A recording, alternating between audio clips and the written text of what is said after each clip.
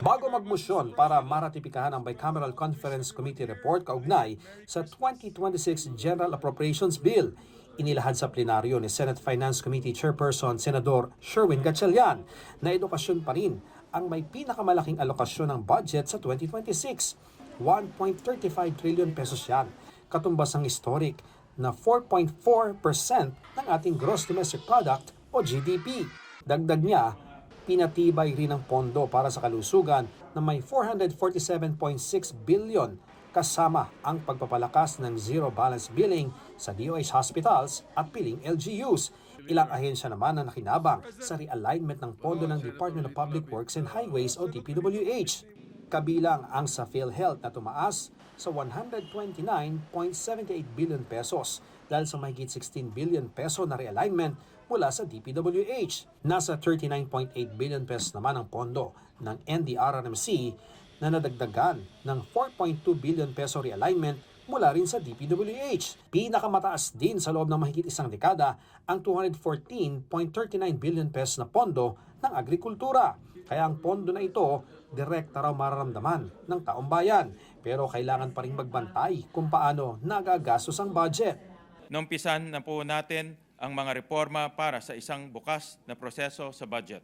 Ang mahalaga ay magpatuloy, magpursigi at huwag magpatinag sa dating gawi at baluktot na sistema. Ilan sa senador na nasa plenaryo ang bumoto para maratipikahan ang BICAM report pero mayroong reservation. My vote is yes for the BICAM version of the 2026 national budget, even as I have serious reservations about unprogrammed appropriations and other issues. Tiniyak naman ni Gatchalian na may safeguards na ilatag para magamit ng tama ang unprogrammed appropriations.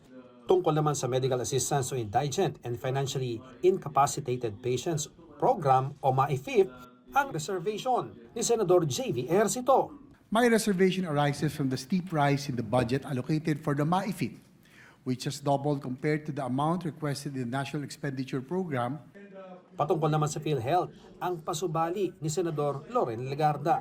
My reservations arise from the national government's continued failure to remit PhilHealth's actual legally mandated sin tax revenues from year 2023 onwards and statutory shares from PCSO and PAGCOR since 2019, undermining the Universal Health Care Act and delaying the transition to an institutionally guaranteed zero out-of-pocket care framework in public health utilities and facilities.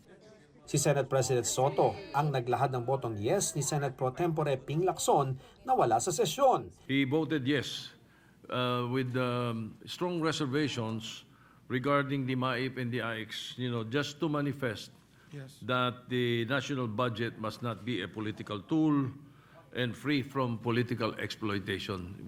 Binasa niya rin ang botong yes si Senador Kiko Pangilinan, bagaman may gustong ipavito na probisyon. The reservation of Senator Pangilinan, although positive, of course, yes, he voted yes. No?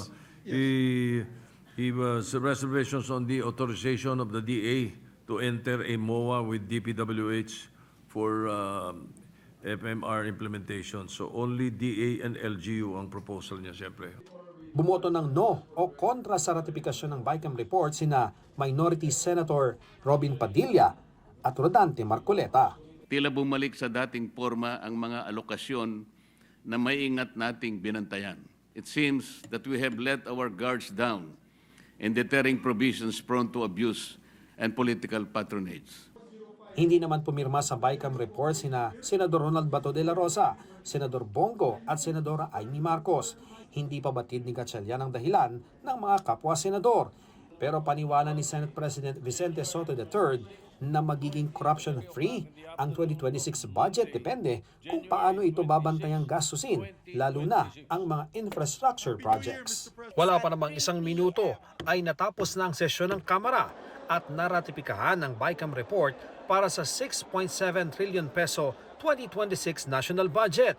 May mga kongresistang sumubok, tumutol at ipaliwanag ang kanilang boto. So, nakakagulat, nakakadismaya na ganon kabilis yung ginawa nila. Mukhang orchestrated syempre yung mga ganyan na mga laro. Pero depensa dyan ni Nueva Ecija Representative Micaela Swansing na chair ng House Appropriations Committee. Pag viva voce po, usually hindi na ina-explain yung vote. Wala pong pork barrel sa 2026 GAA at makikita nyo po na meron pang safeguard na inilagay tayo, which again is that prohibition on political involvement in the distribution of cash and other financial aid. At hindi rin totoo na pork-free ang budget na ito. Mahigit 58 billion ang nadagdag sa mga lump sums para sa LGU, para sa mga infrastructure projects at ayuda na idadaan na sa LGU ngayon. Kung dati sa mga distrito, ngayon sa LGUs. Ngayong naratipikahan na ng dalawang kapulungan ng Kongreso ang BICAM report ukol sa General Appropriations Bill, ipapasa na ito sa Pangulo para sa kanyang pirma.